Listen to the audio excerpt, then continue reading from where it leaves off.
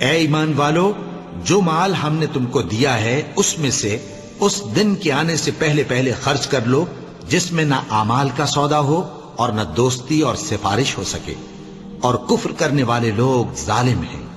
اللہ وہ معبود برحق ہے کہ اس کے سوا کوئی عبادت کے لائق نہیں، زندہ ہے، سب کو تھامنے والا، اسے نہ اونگ آتی ہے نہ نیند۔ جو کچھ آسمانوں میں اور جو کچھ زمین میں ہے سب اسی کا ہے۔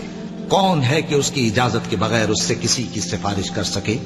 جو کچھ لوگوں کے روبرو ہو رہا ہے اور جو کچھ ان کے پیچھے ہو چکا ہے اسے سب معلوم ہے، اور لوگ اس کی معلومات میں سے کسی چیز پر دسترس حاصل نہیں کر سکتے۔ ہاں، جس قدر وہ چاہتا ہے اسی قدر معلوم کرا دیتا ہے۔ اس کی بادشاہی اور علم آسمان اور زمین سب پر حاوی ہے، اور اسے ان کی حفاظت کچھ بھی دشوار نہیں۔ وہ بڑا عالی